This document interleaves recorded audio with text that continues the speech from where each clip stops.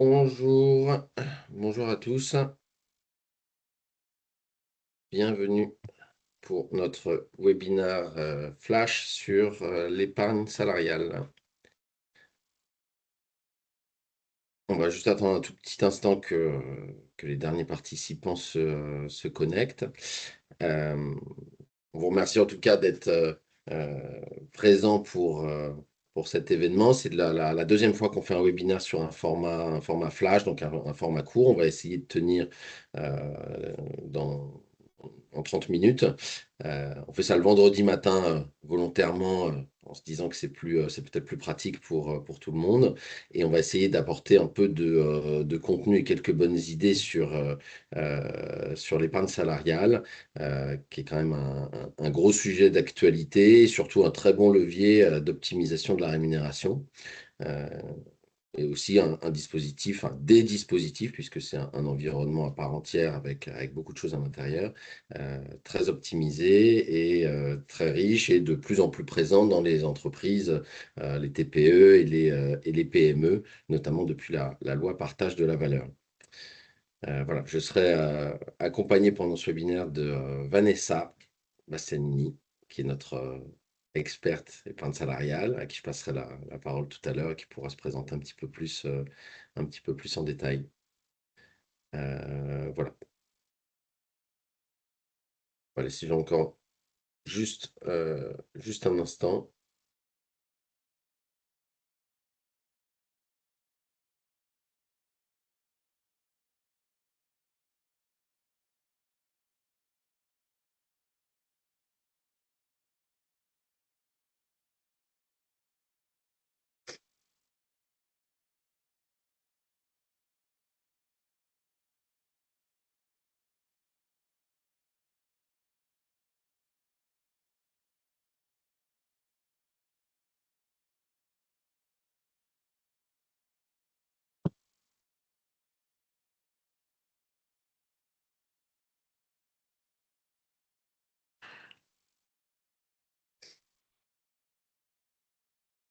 Écoutez, je pense qu'on va pouvoir démarrer. Voilà, donc merci à nouveau de vous être connectés. Euh, on va pouvoir rentrer dans le vif du sujet. Alors, encore une fois, ça ne va pas être un cours magistral sur l'épargne salariale. C'est plutôt une vue d'ensemble et de prendre quelques bonnes idées sur tout ce que ça peut apporter dans l'optimisation de la rémunération. On va faire une présentation très rapide enfin, je vais faire une présentation très rapide du cabinet MIA Assurance, même si vous nous connaissez tous un peu. Et ensuite, je passerai la main à Vanessa pour entrer dans le vif du sujet. Donc, MIA en 3 mots, plutôt en 6 mots, puisqu'il y a 6 cases. Nous sommes courtiers indépendants en assurance collective, donc c'est-à-dire que voilà, on travaille avec l'ensemble des organismes d'assurance du marché et nous sommes spécialisés sur les assurances de personnes pour les entreprises. Donc ça va couvrir euh, tout ce qui est mutuelle, prévoyance, épargne, retraite, chômage, des couvertures internationales, mobilité, expatriation et autres. Et on est une petite équipe, on est une équipe euh, d'un peu plus de 20 personnes, un cabinet qui existe depuis 30 ans. Euh, et voilà, on est très spécialisé sur les assurances collectives avec une clientèle plutôt de PME, ETI et également une spécialité sur l'accompagnement des sociétés étrangères en France. Avec donc toute une partie de l'équipe qui accompagne également des clients en anglais. Je peux continuer. Et voilà, juste un petit récap, et on rentre dans le vif du sujet des thématiques principales qu'on couvre chez MIA Assurance. Donc, nous, on accompagne les clients en mutuelle, en prévoyance, en épargne salariale, qui est donc la thématique du jour, sur les questions de mobilité internationale, ensuite sur tous les dispositifs de retraite supplémentaire, individuels, collectifs, chapeaux, etc. et sur l'assurance chômage des dirigeants, parce qu'il existe plusieurs types d'assurance chômage privée. Et donc notre job, c'est de définir avec les clients quels sont leurs besoins, ce qu'ils souhaitent faire, et ensuite d'aller négocier ce qui se fait de mieux auprès des assureurs, de les mettre en place, de faire la communication avec l'employeur qui va bien auprès des salariés, et ensuite de suivre, faire vivre et faire évoluer les dispositifs lorsque c'est nécessaire.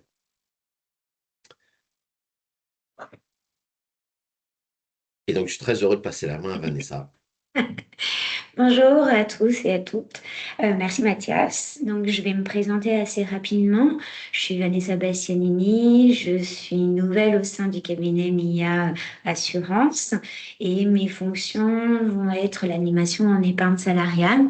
Donc, vous accompagner les consultants dans l'optimisation des dispositifs de l'épargne salariale et vous identifier les éléments, les dispositifs les plus adaptés à vos objectifs. J'ai une expérience un peu moins de 10 ans dans le domaine de l'épargne salariale.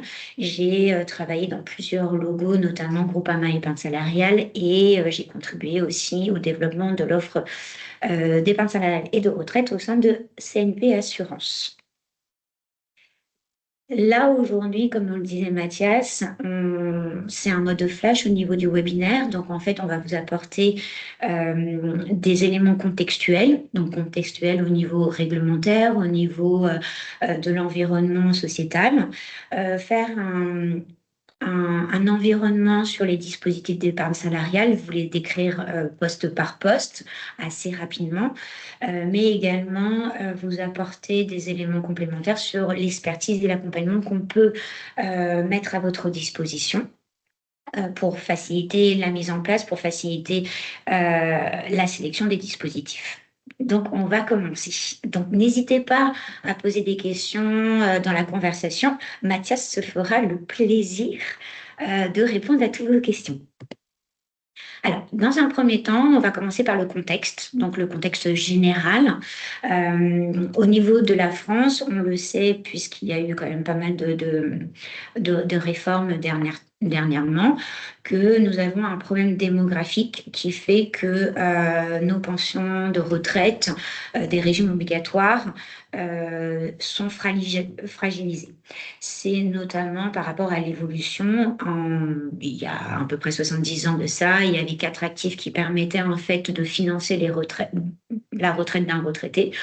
Aujourd'hui, on est plutôt à 1,7, donc on voit vraiment cette démographie qui est en baisse. Et dans les projections futures, on voit qu'il y aura 1,4 actifs qui va permettre de financer la retraite. Donc, du coup, par conséquent, ça va fragiliser les montants, ça va fragiliser également toutes les règles, on dit l'âge légal de la retraite, des choses comme ça.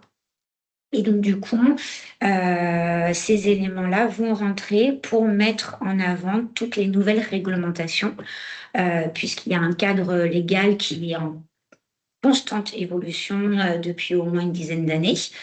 Notamment, il y a des réglementations phares qui sont la loi Pacte. Donc, la loi Pacte, pour rappel, c'était l'harmonisation des contrats de retraite, puisque c'est une problématique en France, pour favoriser la mise en place des contrats de retraite, notamment au sein des entreprises. Dernièrement, il y a à peu près 2 ans, 1 an et demi, il y a eu le loi de partage de la valeur. Là, c'était issu essentiellement d'une problématique de pouvoir d'achat. Comment mieux rémunérer les collaborateurs des salariés sans qu'il y ait un surcoût pour l'entreprise. Donc, la loi de partage de la valeur, très rapidement, c'est une obligation pour les sociétés de moins de 49 salariés qui ont également un bénéfice qui équivaut à 1% du chiffre d'affaires sur les 3 dernières années. Et donc, ce dispositif-là permet, en fait, oblige l'entreprise à mettre un dispositif de partage de la valeur. Et on verra quels sont les dispositifs un tout petit peu plus tard, parce que ce n'est ni plus ni moins les dispositifs d'épargne salariale. Là, il y a une grande aussi réglementation qui va arriver. Alors, Effectivement, elle est dans les bagages depuis quelques mois. Ça aurait dû être une obligation au 30 juin. Ça a été reporté au 31 décembre de cette année. Pour résumer cette loi, c'est de changer la gestion financière des contrats de retraite pour qu'elle soit orientée dans l'économie française et européenne et surtout dans les entreprises qui vont favoriser le détournement, la recherche, le développement en tout ce qui va être construction durable, environnementale. Après, il y a aussi un État, on le voit depuis ces dernières années, où nous avons une problématique de rémunération, une problématique d'embauche et de fidélisation des collaborateurs. Euh, il y a une volatilité au niveau des salariés, il y a un manque de compétitivité des entreprises vis-à-vis d'autres sociétés étrangères, parce que le coût du travail est plus cher.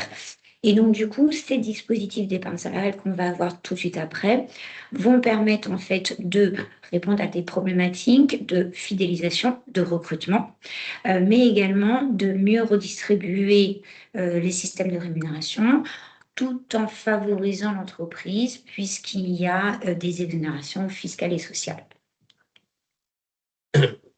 Vanessa, Oui, je me suis permis de lever la main, faire juste peut-être un commentaire sur cette slide. En fait, dans les gens qui participent au webinaire, on a des professionnels plutôt de la paye et du conseil social, RH, et mhm. également des RH directement en entreprise. Et en fait, ce qui ressort de cette slide-là, c'est que finalement, la loi partage de la valeur, on va devoir venir équiper les entreprises qui ne le sont pas encore. Donc, Tout à fait. les groupes entre 11 et 50 salariés. Et l'autre aspect sur la loi Pacte et la loi Industrie verte, et c'est là-dessus que je voudrais insister parce que on a bien vu sur le marché que ce n'était pas forcément clair pour tout le monde. Ça demande de mettre à jour les plans existants. C'est-à-dire que les entreprises qui sont déjà équipées avec des PE et des pérécoles, qui sont antérieures à la loi Pacte ou à la loi Industrie verte, doivent mettre à jour leur plan et faire évoluer leur plan d'épargne s'ils veulent être en conformité, à défaut de quoi il y a quand même ouais, un certain nombre de risques. Donc, Oui, oui. Effectivement, Mathias, tu as raison de souligner ce point-là.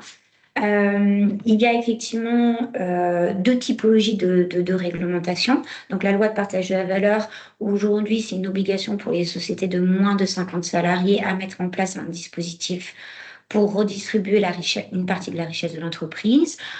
Aujourd'hui, il n'y a pas de punition à ne pas le faire. Aujourd'hui, c'est une loi où on va dire qu'en 2028, à partir de 2028, la réglementation, le réglementaire va faire un état des lieux. Et si effectivement les entreprises ne jouent pas le jeu de manière spontanée, il pourra avoir effectivement des répercussions de dire, voilà, il faut le mettre en place et si vous ne le faites pas, vous allez avoir une contrepartie financière là-dessus. Par contre, la loi Pacte et la loi Industrie verte, c'est déjà acté. C'est-à-dire qu'il y a eu des plans qui avaient été faits, qui avaient été mis en place avant octobre 2019. Pour la loi Industrie verte, on a vu, c'était pour le 31-12 de cette année, si cela ne bouge pas pour l'instant.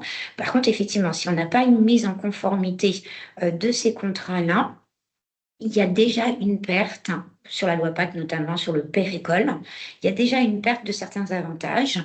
Un forfait social amoindri, il passe de 16% à 20%.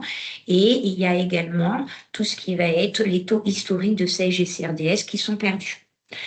La loi Livre, donc la loi Industrie verte, si effectivement à partir du 1er janvier 2027 en état, le contrat n'est pas mis en adéquation avec la réglementation, il y a purement simplement une perte sèche de tous les avantages fiscaux et sociaux. Donc aussi bien pour l'entreprise, donc là on parle de charges patronales, on parle de charges salariales, mais également pour les collaborateurs, puisque là du coup tout est intégré comme si c'était une rémunération. Voilà. sans rentrer plus dans le détail, parce qu'il faut qu'on avance Ok. sur la réunion, mais sachez juste que la mise en conformité loi Pacte et loi Industrie verte, elle n'est pas faite, pas nécessairement faite automatiquement de la part des teneurs de compte. Donc il y a quand même une vraie action de vérification et de mise à jour par l'entreprise, et on a rencontré, nous, quand même, sur les derniers mois, un certain nombre d'entreprises qui étaient déjà équipées avec des plans existant depuis plusieurs années, et en plus des plans plutôt bien alimentés, et qui n'étaient pas en conformité avec la réglementation. Donc voilà, il y a un point de vigilance. On sera ravi de regarder avec vous si vous souhaitez, mais voilà, c'est pas la mise à jour, la mise en conformité n'est pas automatique, il faut s'en occuper. Donc, on va un petit peu avancer. Donc là, on voit par rapport en fait à toutes les réglementations passées que l'épargne salariale, ce n'est plus un marché de niche, c'est un marché d'équipement certes, mais il y a quand même des évolutions. Aujourd'hui, il y a à peu près 54% des salariés dans le monde du privé qui sont équipés par l'un ou plusieurs dispositifs d'épargne salariale. Ça représente en moyenne une prime moyenne de 2 000 € par salarié. Donc ça, c'est des chiffres arrêtés à 2024. Et alors certes, il y a une grande différence en termes de taux d'équipement, que ce soit au niveau des grandes entreprises ou des PME. Pourquoi? Parce que toutes les sociétés qui ont plus de 50 salariés depuis plus de 5 ans ont l'obligation de mettre en place de la participation. Donc effectivement, là, le taux d'équipement est très élevé puisqu'on parle quasiment de 90%. Par contre, on voit au niveau des PME, donc les moins de 50, que le taux d'équipement, c'est 21%. Mais ce qu'on remarque également, c'est que depuis un an, donc depuis la mise en conformité et la prise d'effet de la loi de partage à valeur, il y a quand même 3% d'équipements supplémentaires. Il y a environ donc 5,8 millions de personnes qui bénéficient de la participation et 5,5 au niveau de l'intéressement. Donc, bien sûr, on n'additionne pas parce qu'il y en a qui vont euh, bénéficier soit de l'un ou soit de l'autre et les autres vont bénéficier des deux, selon bien sûr ce qui a été mis en place dans l'entreprise. Donc, l'épargne salariale, on vous en parle depuis à peu près 10 minutes maintenant. Donc là, c'est vraiment un coup d'œil de l'ensemble des dispositifs d'épargne salariale. Donc, avant tout, moi, je commence toujours par le bas et j'en suis désolée. Le contrat d'épargne salariale, c'est un contrat collectif, donc mis au sein de l'entreprise, où les bénéficiaires, c'est l'ensemble des salariés qui sont présents dans l'entreprise. L'entreprise décide de mettre en place soit un plan d'épargne d'entreprise ou un PEI. On ne peut pas rentrer dans les détails, mais c'est quoi? C'est un livret où lorsqu'on met de l'argent dessus, c'est bloqué pendant 5 ans glissants. Par contre, je peux quand même débloquer mon argent pour 13 cas de déblocage anticipé. Donc ça, c'est vraiment des événements de vie. L'entreprise peut décider de mettre en place, en plus de cela, le pérécole. Donc c'est un plan d'épargne de retraite. Donc là, tout est annoncé dans le titre. C'est pour préparer sa retraite. Par contre, vous avez 6 cas de déblocage anticipé. Euh, donc, qui vont permettre de récupérer votre argent avant la prise de la retraite. Le seul cas qui est positif, c'est l'acquisition de la résidence principale. Une fois que l'entreprise en fait décide de mettre en place le PE ou le pérécole ou les deux, l'entreprise devra décider les modes de versement possibles qu'elle souhaite mettre en avant dans l'entreprise. Donc là, on a tous l'échantillon, donc les versements volontaires, donc c'est la capacité d'épargne des salariés, la prime de participation, on reviendra juste après pour la définition, soit une prime d'intéressement, soit une prime de partage de la valeur, donc plus communément connue la prime Macron, ou ce qui n'est pas forcément tout le temps mis en place et pourtant qui a un vrai avantage, aussi bien pour l'entreprise que pour les salariés, soit le transfert des jours de congé non pris, ou soit les jours qui sont placés sur le CT qui sont basculés sur le pérécole. Et à cela, si l'entreprise veut motiver encore plus les salariés, elle peut adosser, en plus de ses sources de versement, ce que nous on appelle l'abondement. Donc, c'est une contribution financière supplémentaire de l'entreprise pour toujours fidéliser et récompenser les salariés. Donc là, nous allons en fait rentrer un peu plus dans les détails dispositif par dispositif, mais vous inquiétez pas, on va faire assez rapidement. Donc la prime de participation au bénéfice, c'est quoi? C'est l'entreprise fait des bénéfices, donc l'entreprise décide de mettre une partie de ses bénéfices au bénéfice des salariés. Et nous avons deux dispositifs différents. Vous avez la formule légale, donc la participation légale, c'est quoi? C'est une obligation pour toutes les entreprises qui ont plus de 50 collaborateurs pendant 5 ans. Vous avez la formule dérogatoire, donc ça c'est, vous êtes dans une entreprise à moins de 50 salariés, vous n'avez aucune obligation de le mettre en place, mais de manière volontaire, vous pouvez définir un taux du bénéfice fiscal ou comptable à redistribuer auprès de vos salariés. Donc, l'avis de Mia, c'est que c'est un dispositif qui est durable, qui est simple à mettre en place pour les entreprises de moins de 50 salariés, parce que vous avez la main sur le pourcentage que vous souhaitez redistribuer à vos collaborateurs. Et bien sûr, la formule légale, ben, c'est une obligation. Donc, voilà. La prime d'intéressement, l'ADN est un peu différente. C'est que vous avez un plan de développement, vous avez des axes de progression dans votre entreprise. Donc, vous allez, vous, en tant que chef d'entreprise, définir votre propre budget, votre propre objectif, une répartition aussi auprès des salariés. Et en fonction de l'atteinte de ces objectifs, vous allez être dans la capacité à redistribuer cette prime. Donc, c'est un peu l'ADN, elle est un peu différente, c'est du gagnant-gagnant. Si tout le monde travaille dans le même sens, la société est en réussite et donc, du coup, vous êtes récompensé par cette implication. Donc, bien sûr, notre avis, on est plutôt très, très positif parce que ça va répondre à une motivation, une fidélisation des salariés, mais ça va également répondre à une attente de l'entreprise d'accès des objectifs par rapport à son plan de prévision. À cela, comme je vous l'ai dit tout à l'heure, vous avez l'abondement. Donc, vous avez deux styles d'abondement. L'abondement de l'entreprise sur le PE ou sur le PE-RCOL. Donc, c'est une contribution financière supplémentaire qui est déclenchée uniquement s'il y a un versement initié par les bénéficiaires. Donc, versement initié par les bénéficiaires, c'est quoi? C'est les versements volontaires, le fait de placer sa prime de participation de l'intéressement. Ça, c'est tous des éléments qui déclenchent l'abondement. Donc, c'est simple, c'est rapide, c'est vous qui décidez et vous connaissez votre budget à l'avance. Et vous avez une spécificité sur le pérécole uniquement. Vous, en tant qu'employeur, vous avez la possibilité de mettre en place un abondement unilatéral. Donc, c'est la même chose. C'est l'entreprise décide de reverser des éléments, un montant à chaque salarié présent dans l'entreprise. Par contre, on n'est pas obligé d'attendre qu'il y ait un versement initié par les collaborateurs. Donc, c'est simple, c'est efficace et ça permet d'enclencher très rapidement, en fait, des placements, alors que si vous mettez des primes, ça peut venir une année après.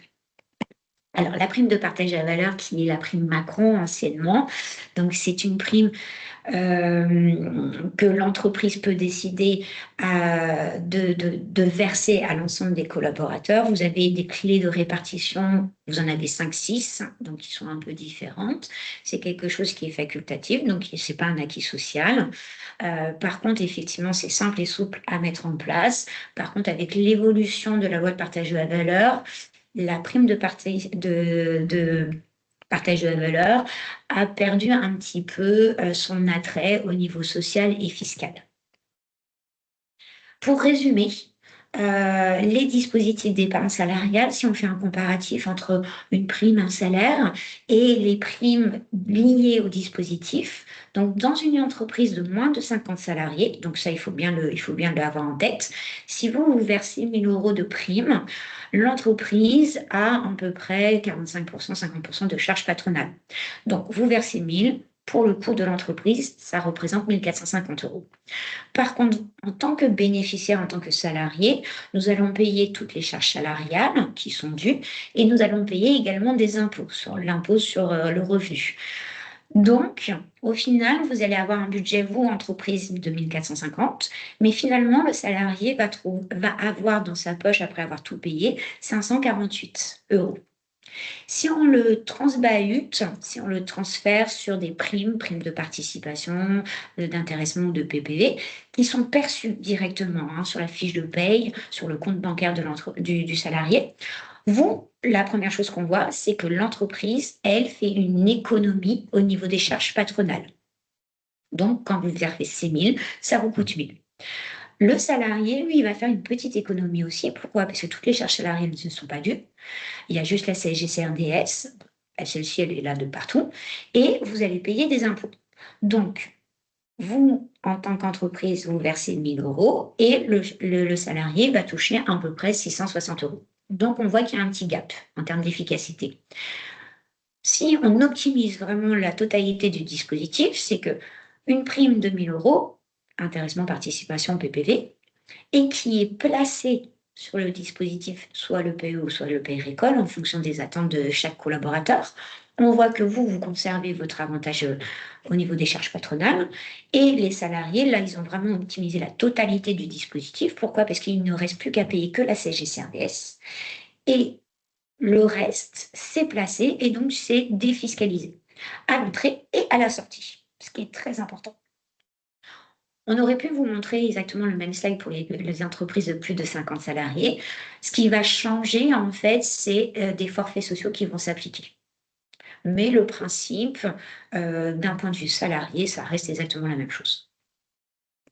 Peut-être un mot quand même là-dessus, c'est qu'on est sur les dispositifs où on a le moins de frottement fiscal et social en France pour distribuer des euros aux salariés. C'est-à-dire que finalement, il s'agit quand même de verser une prime sous une forme ou sous une autre, hein, participation, intéressement, PPV, abondement, voilà, donc c'est de l'argent réel qui revient au salarié. Le salarié décide de le percevoir en cash avec de l'impôt ou de le mettre sur le plan d'épargne sans impôt, mais s'il le met sur le plan d'épargne où l'argent va être bloqué 5 ans avec 13 cas de déblocage anticipé et des cas qui s'utilisent dans la vie de tous les jours, il y a 9,7% pardon, oui, 9,7% de CSG, CRDS et basta. Donc sur 1000 euros, il y a 900 euros net qui reviennent aux salariés. Donc en termes d'efficacité, aujourd'hui, il y a pas meilleur dispositif que ce qui se fait en épargne salariale voilà, pour éviter le frottement fiscal et social. Alors, nous, notre expertise et notre accompagnement, c'est qu'aujourd'hui, on voit que la réglementation met en avant les dispositifs d'épargne salariale, qu'il y a plusieurs choix et que des fois, ben, quand on est un peu néophyte, on ne sait pas vers quel dispositif se tourner. Mia Assurance a cette expertise depuis longtemps, puisque c'est un cabinet qui existe depuis plus de 30 ans, travaille avec des grands logos, des grands partenaires qui sont cités juste au-dessus. Et on a eu l'occasion de travailler à plusieurs reprises et pour tester effectivement l'efficacité des offres de tous les partenaires. Donc, notre rôle, c'est vraiment de vous accompagner pour faire une identification de vos besoins, de votre situation par rapport à la réglementation. Mais c'est également, vous avez un contrat qui est mis en place, vous avez déjà des accords qui sont mis en place depuis peut-être quelques années déjà. On est là pour faire en fait une audit de vos dispositifs. Ce qui nous permet de faire cette audit-là et après d'avoir des préconisations, c'est parce qu'on connaît nos partenaires, on les a testés, donc que ce soit dans la souplesse contractuelle, que ce soit dans les offres financières, dans la simplicité d'utilisation de leurs outils digitaux, dans l'accompagnement de leurs ressources humaines et dans la qualité effectivement du service client auprès des salariés. Ça, c'est très important parce qu'effectivement, vous avez beaucoup d'acteurs, et donc du coup, ça peut être des fois un peu compliqué de choisir tel et tel acteur, surtout par rapport à votre environnement et à vos attentes. Donc nous, on fait un audit. L'audit, c'est par rapport à votre situation, que vous soyez non équipé, mais que vous soyez concerné par exemple par la loi de partage de la valeur, que vous soyez équipé, mais c'est des contrats qui ont été mis en place il y a très longtemps, des plans qui ont été mis très longtemps pour voir si vos plans sont en conformité. par rapport à votre situation aujourd'hui, parce qu'effectivement, lorsque vous avez mis en place des choses il y a une dizaine d'années, peut-être que la société ne ressemblait pas du tout à ce qu'elle ressemble aujourd'hui. Donc, c'est voir par rapport à vos attentes, par rapport à vos contraintes et votre situation, si ce que vous avez mis en place correspond toujours, soit toujours adapté à votre situation actuelle. À cela, on va pouvoir effectivement faire des recommandations, que ce soit réglementaires, que ce soit organisationnelles. Et par rapport aux éléments qu'on aura vus et mis en avant avec vous, ça va nous permettre aussi d'identifier le ou les prestataires les mieux placés par rapport à votre situation. Donc, on va effectivement faire un état des lieux de tous nos partenaires et par rapport à vos contraintes, on va vous préconiser un, deux ou trois avec notre ressenti et notre retour aussi d'accompagnement auprès de nos clients. On va mettre en œuvre effectivement, parce que là, du coup, on va vous accompagner de A à Z. Donc, c'est tout ce qui va être mise en place des contrats, tout ce qui va être création des comptes épargnants. Si vous faites des campagnes, c'est aussi cet accompagnement, surtout dans la première campagne, pour vous guider, vous accompagner, mais également dans le suivi, que ce soit le suivi contractuel, réglementaire, et un suivi général, parce que, comme je vous l'ai dit, une entreprise évolue, donc les attentes d'aujourd'hui ne seront pas les mêmes que demain. Pour faire un petit focus sur les campagnes, donc les campagnes, c'est une campagne d'intéressement, une campagne de participation, une campagne de prime de partage de la valeur. C'est que vous devez solliciter l'ensemble des collaborateurs pour savoir quels sont leurs choix. Donc, nous avons des prestataires, des partenaires qui proposent des délégations de campagne. Donc, en fonction de votre organisation, en fonction de vos attentes et en fonction du temps que vous voulez consacrer à ces campagnes-là, vous allez pouvoir en fait déléguer et en fonction du niveau de délégation, on va sélectionner le partenaire le plus adéquat. Ouais, Afin très, de... Oui. très schématiquement là-dessus, la délégation de campagne, c'est l'employeur fait un virement au teneur de compte, donc au prestataire d'épargne salariale qu'on aura retenu, AXA, Amundi, Société Générale, enfin, voilà.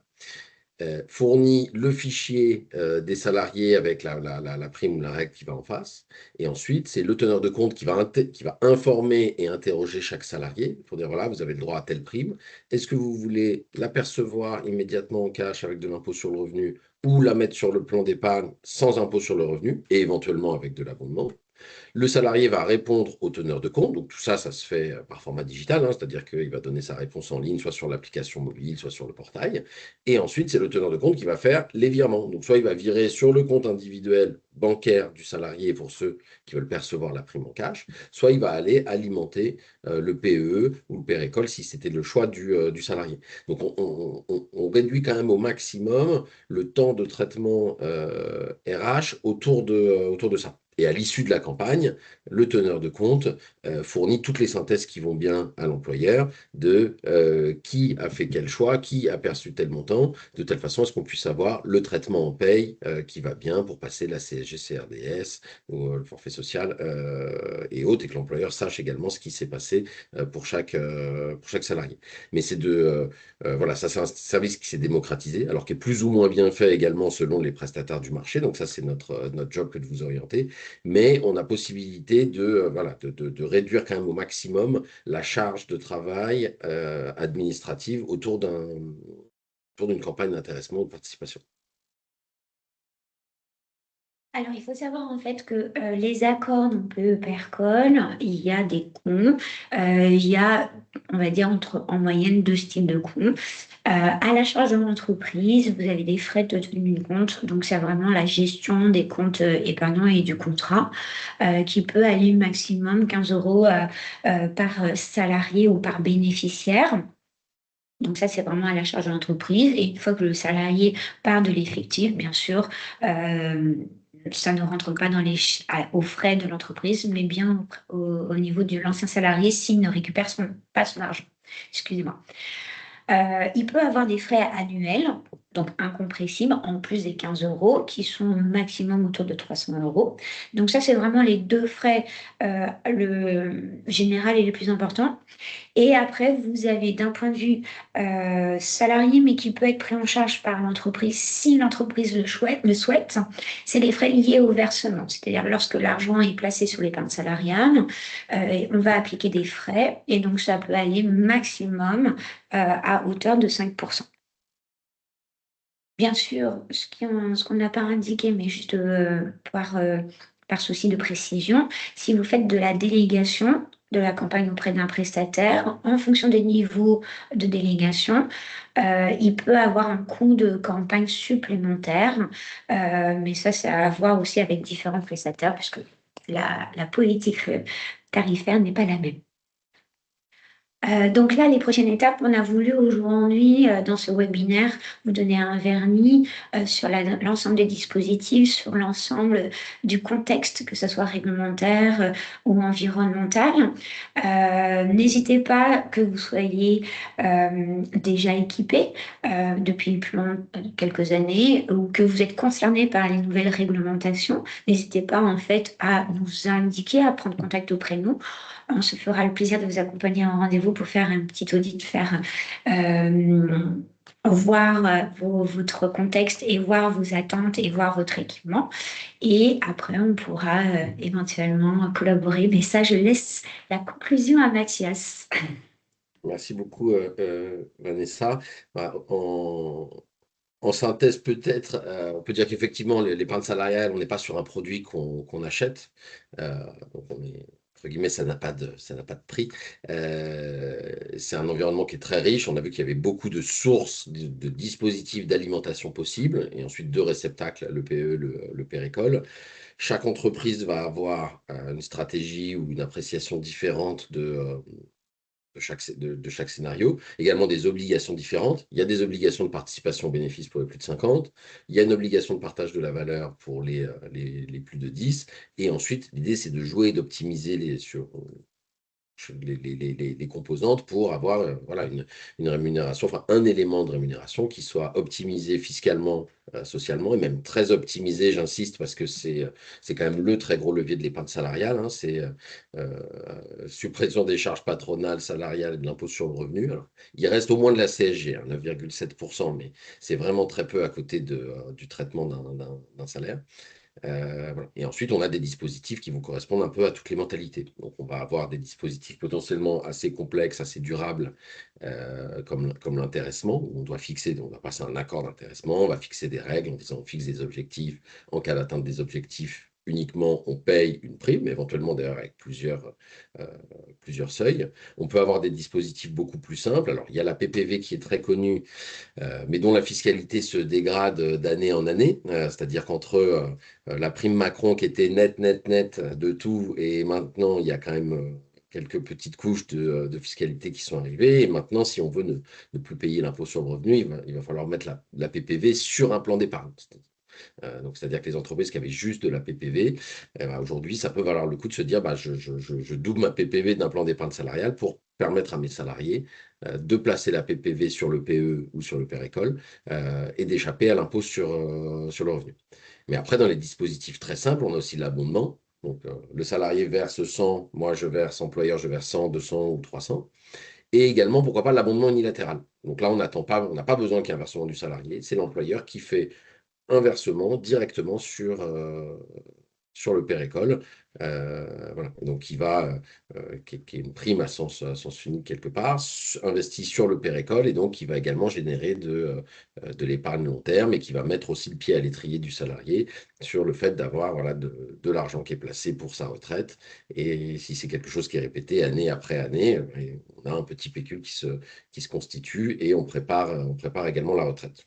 Voilà. Donc, peut-être pour finir, sur les deux plans, on en a un qui est plutôt sur le court terme, hein, le PE qui est bloqué maximum 5 ans avec beaucoup de cas de déblocage anticipés, et le Pérécole qui lui est bloqué jusqu'à la retraite avec moins de cas de déblocage anticipé, mais quand même l'acquisition de la résidence principale à l'intérieur, donc un peu de souplesse qui est offert qui est offert aux salariés. Donc, même standard, des choix à faire, des réflexions à mener, savoir quelles sont mes obligations, qu'est-ce qui nous correspond, qu'est-ce qui va aller avec la mentalité, la stratégie de l'entreprise. Nous, on peut intervenir sur la partie conseil en amont, donc c'est-à-dire accompagner l'employeur dans la compréhension de ses obligations et le design, en tout cas la construction de ces dispositifs et ou, parce que c'est l'un et ou l'autre, la négociation, la mise en place et le suivi des plans d'épargne. Donc, il y a des entreprises qui ont déjà tous leurs dispositifs d'intéressement, participation, abondement, PPV, ils savent très bien ce qu'ils font, où ils vont, etc. Ils ont besoin de nous pour notre connaissance de courtier. Donc là, notre job, c'est d'aller sur le marché, négocier ce qui se fait de mieux auprès des teneurs de compte en termes de performance financière, de frais, de services de gestion, etc. Et puis, il y a d'autres entreprises qui sont peut-être moins à jour ou moins à l'aise sur quel dispositif déployer. Ben, on peut aussi les accompagner en amont sur qu'est-ce qu'on fait, qu'est-ce qu'on ne fait pas, qu'est-ce qui vous correspond. Voilà. Mais dans tous les cas, ça commence par une discussion et un échange, puisque chaque cas va être différent. Donc, on sera ravi d'échanger euh, avec les employeurs que la thématique intéresse. Et donc, du coup, on va Je, peut-être vous laisser la parole. Si vous avez des questions, n'hésitez pas à lever la main.